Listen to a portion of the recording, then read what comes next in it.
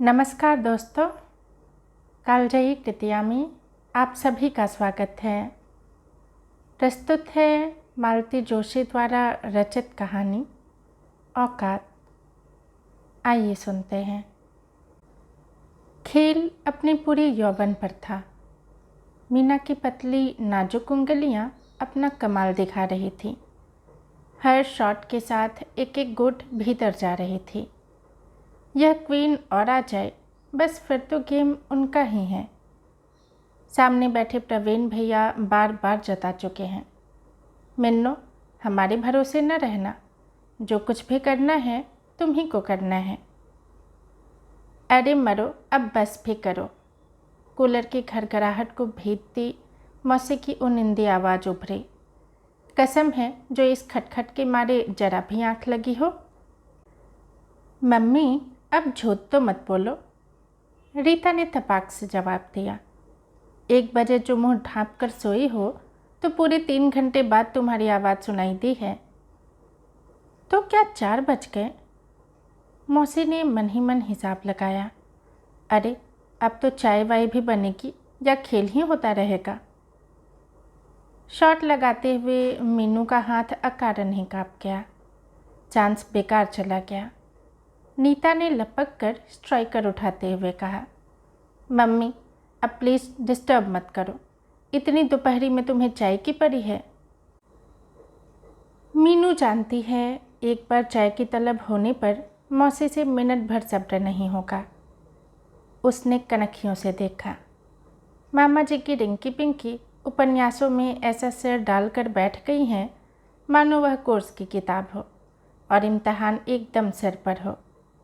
अलीगढ़ वाली सुषमा जिज्जी अच्छे खासे मीनू के पास बैठकर खेल देख रही हैं। मौसी के जागते ही वे चादर ओढ़कर वहीं फर्श पर लंबी हो गई थी। रोहित मोहित तो लड़के थे, उन्हें कोई खतरा नहीं था। मीनू, मौसी की अलसाई पुकार आई। मीनू जैसे इसके लिए तैयार ही बैठी थी, एकदम उठ खड़ी हुई। आहा कैसी रानी बिटिया है, बस यही तो मेरा दर्द समझती है, बाकी तो सब बस खाने भर को हैं। अरे गेम तो पूरा करती जाओ, तीनों साथी चिल्लाए। नहीं अब मन नहीं है, तुम रिंकी पिंकी को बिठा लो। अब मन क्यों होगा, मम्मी ने तारीफ जो करती है। सच mummy, you are a perfect board. Kitchen में जाते हुए मीनू नीता का भुनभुनाना सुनती रही, सुनकर अनसुना करती रही। पर उस आवाज़ को वह कैसे अनसुना करते जो बड़े विश्वास के साथ, बड़े अधिकार के साथ केवल उसके लिए उठती है। पिछले 15 दिनों से यही सब तो हो रहा है। वह बड़ी ललक के साथ यहाँ आई थी। वैसे तो इन दिनों शादियों में जाना उसने छोड़ ही रखा है। ऐसे अवसरों पर अपने अभाव और अधिक कचोटने लगते हैं और जहाँ जाओ उसके अपनी शादी की चर्चा छेड़ने लगती है। लोगों की बातें सुन सुनकर अपने पर ही करुणा से उपजने लगती है। पर यहाँ आते हुए उसका मन उत्साह से भरा हुआ था। नीता की शादी थी और नीता सिर्फ उसकी मौसेरी बहन नहीं थी, हम उम्र होने के नाते सखी सहेली भी थी। इसीलिए तो मौसी ने उसे 8-10 दिन पहले ही बुला लिया था और वह भी भागी चली आई थी। वह तो यहाँ आकर पता चला कि मीनू की ज़रूरत नीता को नहीं, खुद मौसी को थी। आते ही उसके सामने ढेर सी साड़ियाँ पटक दी गईं। किसी पर गोटा टकना था तो किसी पर फूल पत्ती काढ़नी थी। फॉल तो खैर सभी में लगनी थी। नीता की अटैचियाँ जमाने का काम भी किसी अरे गरे को नहीं सौंपा जा सकता था। फिर शादी का घर था, ढेर के ढेर मेहमान और उनकी उतनी ही फरमाइशें। कोई चाय मांग रहा है तो किसी को कॉफ़ी चाहिए, किसी को नींबू पानी चाहिए तो कोई लस्सी के लिए कलप रहा है। कोई काली कॉफ़ी में नींबू डालकर पी रहा है तो किसी को शक्कर की बीमारी है, फीकी चाय चाहिए। ये नखरे भला नौकरों से झेलते हैं। रसना के दर्जनों पैकेट खोलकर तरह तरह के शरबत घोलना क्या नौकरों की बस की बात है? मीनू ही बेचारी चक्कर घिन्नी की तरह घूमकर सबकी फरमाइशें पूरी करती रहती है। 3 नौकर हैं भी तो किस काम के। उनका सारा वक्त खाना बनाते ही निकल जाता है और फिर मौसी को उन लोगों पर विश्वास भी तो नहीं है। सब लोग मगन होते हैं चित्रहार में कि मौसी को एकदम सनक सवार होती है। मीनू बेटे, जरा रसोई में झांक तो आ। रामचरण तो अपना जाना परखा है, पर इन दोनों छोकरों का कोई ठीक नहीं। मुझे तो मरे उठाई गिरे लगते हैं। फिर मेहमानों से मुखातिब होकर कहेंगी, मेरा तो बस इसी पर वश चलता है। ये मेरी महारानियाँ तो 24 घंटे टीवी से चिपकी रहेंगी। माँ मर भी रही होंगी तो कहेंगी, ज़रा रुक जाओ, ये सीरियल ख़त्म हो जाने तो। अच्छा है हमारी मीनू को अभी ये टीवी की बीमारी नहीं लगी। मौसी जैसे इस बहाने सबको जता देना चाहती हैं कि मीनू के घर टीवी नहीं है। वह शर्म से गर जाती है। रसोई से लौटकर भी वह फिर सबके बीच बैठकर चित्रहार देखने का साहस नहीं जुटा पाती। घर में इतने सारे लोग थे, रोज ही सैर सपाटे का प्रोग्राम बनता था, पर मीनू का जाना नहीं हो पाता था। सुबह अगर वे लोग स्विमिंग के लिए जाते तो मौसी कहती, मीनू तुझे तो तैरना नहीं आता ना, तो ऐसा कर अपने मौसा जी को चुपचाप आमलेट बनाकर खिला दे। ऊपर के कमरे में हीटर रखा है, देख किसी को कानो कान खबर ना हो।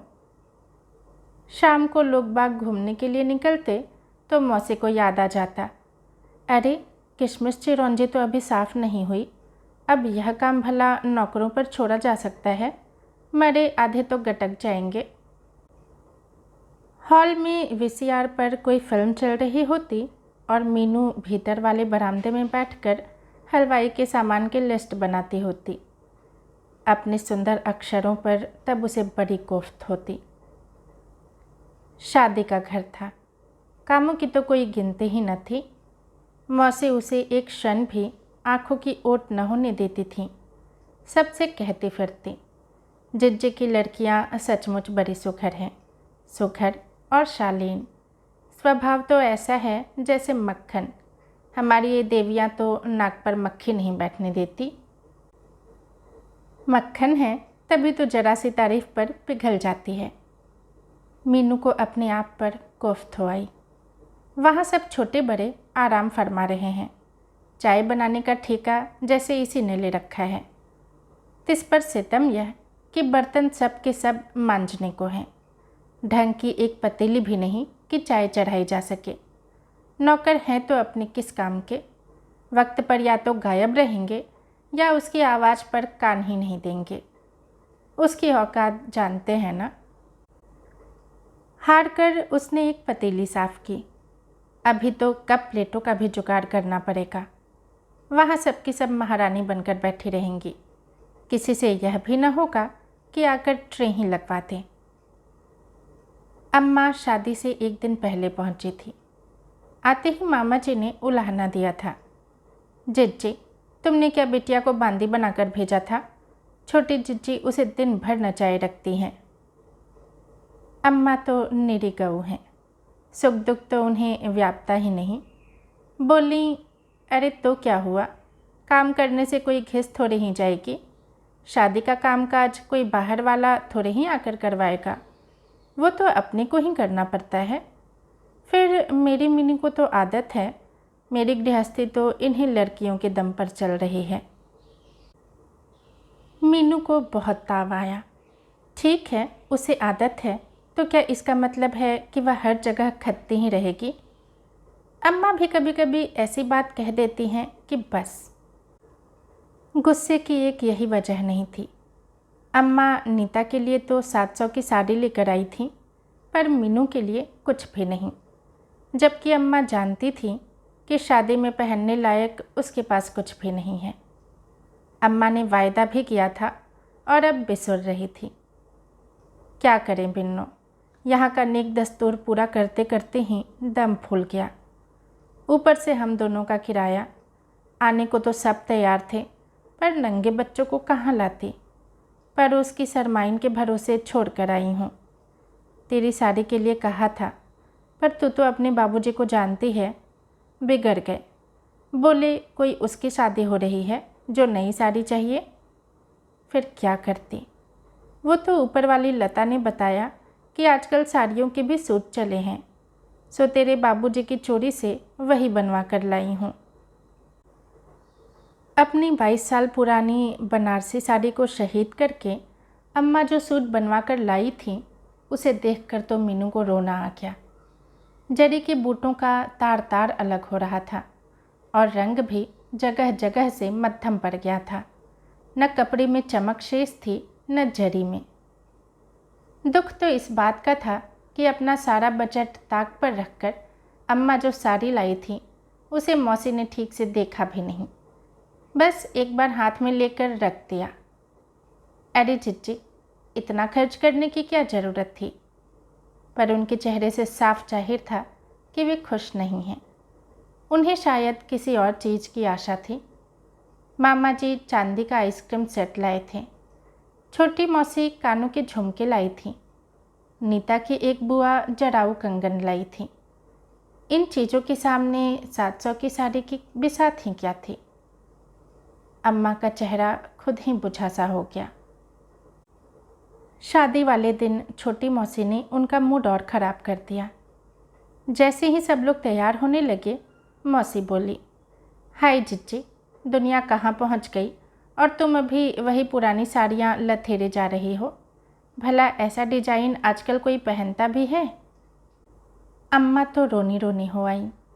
मीनू जानती है, बरसों हो गए अम्मा अपने लिए एक अच्छी साड़ी भी नहीं खरीद पाई हैं, पर इस मजबूरी को छोटी मौसी क्यों समझेंगी? उनके यहाँ तो कंचन बरस रहा है। मीनू ने तय कर लिया था कि वह अपने रोज वाले ही कपड़े पहन लेगी, पर अम्मा का लाया हुआ वह नमूना सूट नहीं पहनेगी।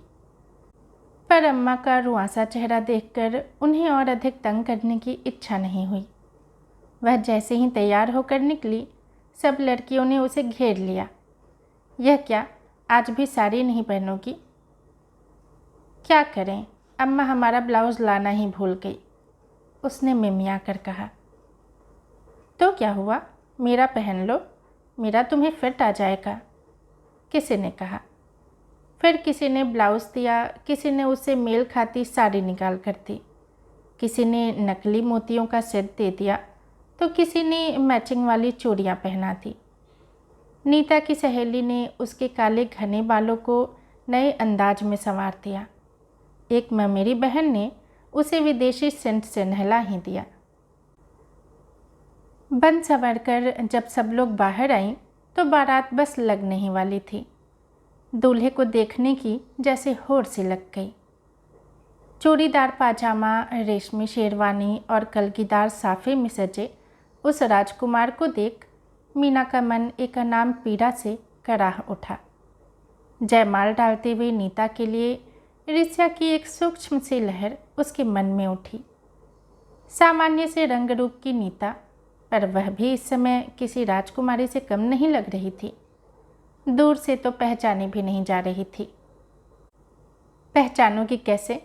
किसी ने टिप्पणी की। पूरे 300 का ब्राइडल मेकअप है। 300? हे भगवान, हर कोई इतने रुपए खर्च कर सकता है? काश ये रुपए उसके पास होते, ढंग की एक साड़ी तो आ जाती। पानी खौलकर जब आधा रह गया तब जाकर उसकी विचार तंद्रा टूटी। दोबारा पानी चढ़ाकर वह ट्रे में कप प्लेटें सजाने लगी। चाय छानते हुए याद आया, मौसा जी पहले पानी मांगेंगे, सो 2 गिलास पानी के भी भर कर रख लिए। बार बार कौन दौड़ेगा? इससे तो अच्छा था अम्मा के साथ ही लौट जाती, पर मौसी तो रोने ही बैठ गई। जिज्जी, मेरा घर क्या एकदम सूना कर जाओगी? कम से कम अनीता के लौटने तक तो इसे यहाँ रहने दो, मैं इसी को देखकर जी जुड़ा लूँगी। ऐसी विनती अम्मा कैसे नकार देती। अब नीता जी वहाँ मसूरी में हनीमून मना रही हैं और मीनू यहाँ बेकार हो रही है। चाय लेकर कूलर वाले कमरे में गई तो ऐसा लगा जैसे राजस्थान से शिमला आ गई हो। उसे देखते ही सब लोग अपना अपना काम छोड़कर ट्रे के पास से मटाई। कुछ देर पहले यही लोग मौसी को चाय के लिए कोस रहे थे। शाबाश बेटा, भगवान तुम्हारा भला करे। मौसा जी ने पानी का गिलास लेते हुए तृप्त मन से आशीर्वाद दिया। लड़कियों को ऐसा आशीर्वाद दिया जाता है? मौसी ने कहा। ऐसा कहो कि भगवान करे तुम्हारे हाथ भी जल्दी से पीले हो जाएं। वैसे हमारी मीनू जिस घर में जाएगी उजाला करेगी। मीनू शर्म से लाल हो गई। अरे, इसकी शादी की बात तो अभी लग रही थी, मौसा जी बोले। अच्छा, कहाँ? मौसी ने उत्सुकता से पूछा। मीनू ने भी अपने प्राण कानों में समेट लिए। अरे, बारात वाले दिन बड़ी बन ठन कर घूम रही थी ना, तो समधी जी ने पूछा कि किसकी लड़की है। मैंने कहा अपनी ही है, नीता की मौसेरी बहन है। पसंद है तो कहिए, छोटे कुंवर जी के लिए बात चलाऊं? फिर क्या बोले? बोले कि आपने पहले क्यों नहीं बताया, हम तो एक ही मंडप में दोनों को ब्याह ले जाते। मीनू को लगा इतनी खुशी वह झेल नहीं पाएगी। बड़े लालची हैं बुढ़ऊ, मौसी बोली। सोचा होगा इतना ही सब वहाँ से भी मिलेगा, तभी तो झट से हाँ भर ली। इंद्रधनुषी बादलों में उड़ता हुआ मीनू का मन तन्न से जमीन पर आ गिरा। वह एकदम होश में आ गई। मौसी ठीक ही तो कह रही हैं। नीता के ससुर बेचारे कैसे जानेंगे कि सामने जो सजी संवरी लड़की खड़ी है उसका सारा श्रृंगार उधार का है, चंदे का है। लेकिन दहेज तो कोई उधार नहीं देता, न उसके लिए चंदा किया जा सकता है। मौसा जी ने जो नीता को दिया है उसकी क्या वह अपने लिए कल्पना भी कर सकती है? बाबूजी उसके लिए एक ढंग की साड़ी तो ला नहीं सकते। बेटे, जरा पानदान उठाना, मौसा जी ने कहा। वह एकदम आज्ञाकारी सेवक की तरह उठ खड़ी हुई। यही औकात है उसकी, इसी में रहना है। दोस्तों, कहानी यहीं समाप्त होती है। यदि पसंद आई हो तो लाइक करें, कमेंट करें और चैनल को सब्सक्राइब भी ज़रूर करें। धन्यवाद।